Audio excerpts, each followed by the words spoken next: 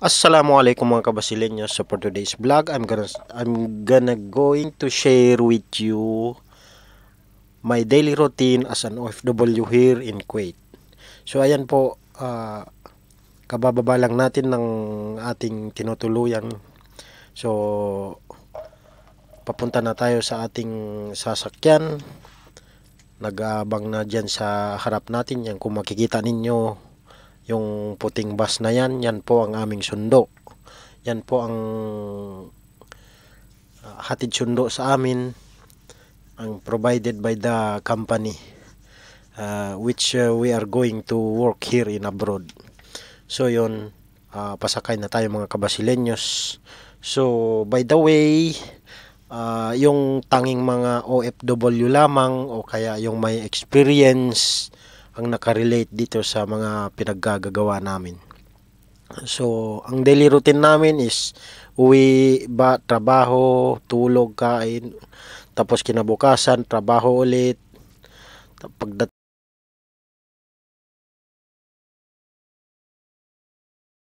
minutes later. So, ayan, kabababa lang natin galing sa bus, galing sa ating sundo. So, yun, yung mga kasamahan ko ay nagsipasukan na, samantala ako nandito pa sa labas. So, by the way guys, gusto ko muna i-share sa inyo ang konting profile ng aking kumpanya. So, ito po ay isang cooperative o kaya kung dyan sa atin sa Pilipinas, isa siyang department store which is provided by the Kuwaitis government.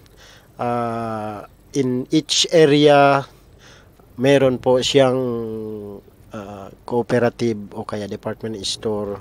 So kumbaga dyan sa ating bawat munisipyo ay provided by the government na kung saan dyan namimili yung mga citizens. Okay, so yan nga, papasok na tayo, papasok na kami.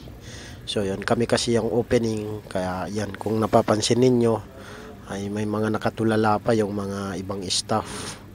So yan po, magba-biometric muna tayo bago tayo mag-resume sa work. So ayan, konting view ko lamang sa inyo mga kabasilenyos. Ituturo ko lamang kayo dito sa loob ng aming pinagtatrabahuhan. Ito po ay ang aming store, ang aming department store ay consisting of how many branches. So medyo marami siyang branch, malawak kasi itong lugar na to. So bawat area tinatayuan nila ng tindahan kagaya nito.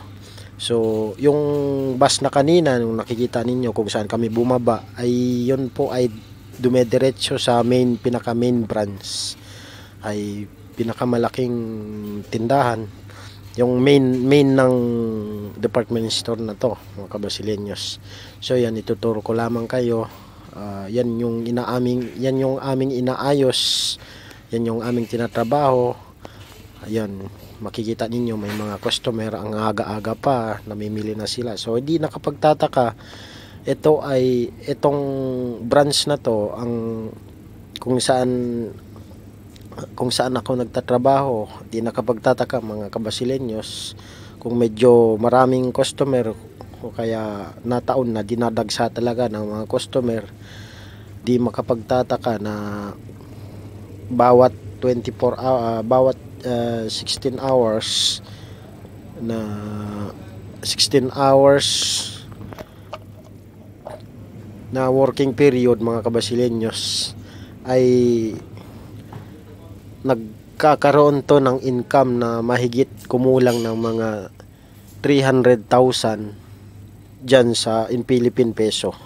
So ganon po karaming mamimili dito ng mga citizens dito sa mga tindahan na to. So yun, kung napapansin niyo medyo masyado pang maaga, nakapila na yung mga customer dyan sa unahan, dyan sa kahera.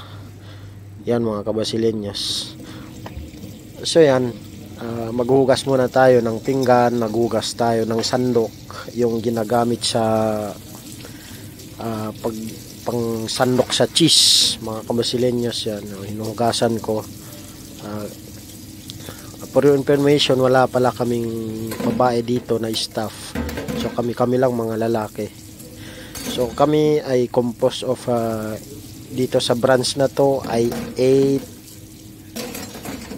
persons or 8 individuals, 8 staff.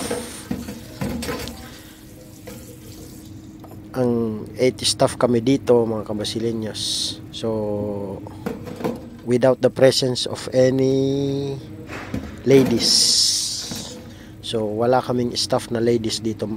Provided lang dyan doon sa main branch ay may mga babae doon na Pilipina, mga iba't ibang lahi. Pero ito dito, so yun mga kabasilenyos, ako nga lang pala ang nag-iisang Pilipino dito na assign dito sa branch na to. So yung mga ibang kasamahan ko ay halo-halo, may mga Egyptian, may mga Indian. Yan. Sino ko doon? Siberian eh.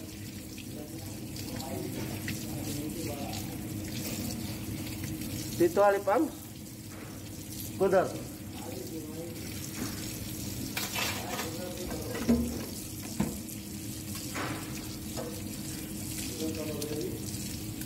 Ha? Yung magsabi. Yung magsabi.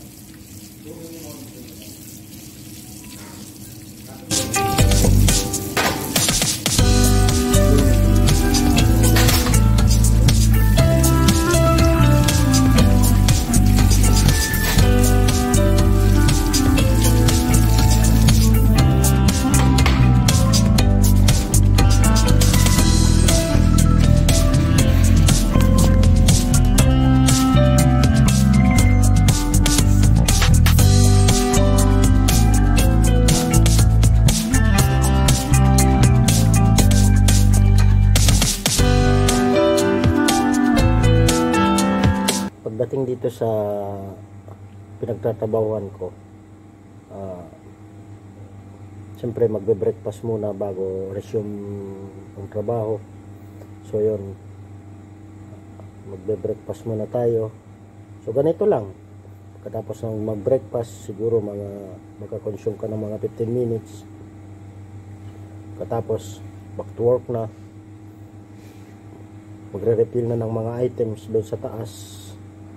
Kung may mga kulang doon, yung mga naibenta sa gabi, so hanapin mo yung mga item dito, tapos i-refill mo sa taas. Ganun lang ang trabaho dito. Medyo pressure pag maraming customer, pero nito mga oras medyo maaga pa kami kasi yung opening, so medyo tulog pa yung mga customer. Lalo na ngayon hindi pa pasukan sa eskwela, so konti pa lang yung customer, so chillax muna. Pero pagka pasukan sa eskwela, may klase, medyo marami kaming trabaho dito guys. Halos di kami makakaupo, gawa nga yung mga mag-assist kami sa mga customer kung anong mga kailangan nila, kung anong mga hinahanap nila para madali nilang makita. Alam niyo naman yung mga citizens, gusto nila sura-sura o kaya yung bilis. Ganon yung nila, ganon yung kultura nila dito. So dapat sundin na lang natin kasi nga expat lang tayo dito. Kung ano yung mga kailangan nila, tulungan natin sila. So ganon lang mga kabasilenyos. So yun, breakfast time, tapos akyat na ulit. Akyat ulit mamaya. Ngayon, mamaya lang. So kung napapansin nyo, dito nga pala ako nagbe-breakfast. Kasi nga, ayaw kong ma-expose sa camera pagka doon sa kabila. Mga kabasilenyos yan. Dito yung mga stock namin. So, diskarte na lang, kanya-kanyang diskarte kung saan ka pupwesto. Hanapin mo yung mga may bakante para makamera. Nakapalibot kasi ng CCTV dito. Siguro mga siguro mga 20 plus yung CCTV dito sa baba, sa stock room, pati doon sa selling area. So yun mga kabasilenyos, paktuwak na ako. So tara, samahan nyo ako.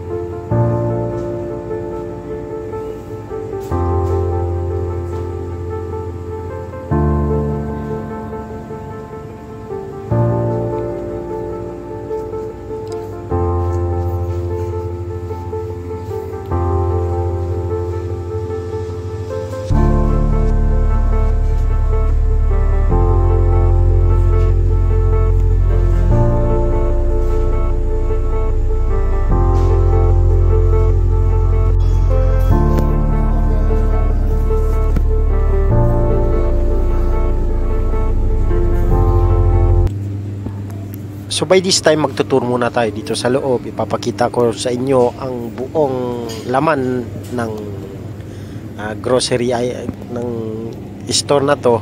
Ipapakita ko sa inyo kung ano yung mga ibinebenta namin dito. So yun nga pala ang kasamahan ko. Ang pangalan niya ay si Jamal, isa siyang Indiano, pinaka-veterano na salesman dito sa kumpanya na to. Medyo pasaway konti pag nape-pressure. Medyo may pagkaangas, pero normal lang yan sa atin dito sa abroad. Normal lang yung mga angas-angas na yan. So yun, mga cakes, mga cookies dyan. Tapos yung kabila, yung mga cosmetics. Tapos yung supplier namin na naglilista kanyang mga items. So for how many months ay magde-deliver yan pabalik dito, o kaya weeks, abutin ng weeks. So yun, medyo may pagkapasaway na tong tao na to. Tingnan nyo yan mga kabasilenyos. So see you on next vlog. Next vlog ay ipapakita ko naman sa inyo kung paano ko magtrabaho, kung anong mga tinatrabaho ko dito. So yun, stay tuned mga kabasilenyos. Don't forget to like and subscribe. So hope you enjoy to watch my videos. So wag kayong magsasawa na sumuporta sa akin, kaya suportahan tayo bawat isa, for the sake of the small YouTuber. Sabay-sabay tayo aangat. So inshallah mga kabasilenyos, see you next vlog. Bye.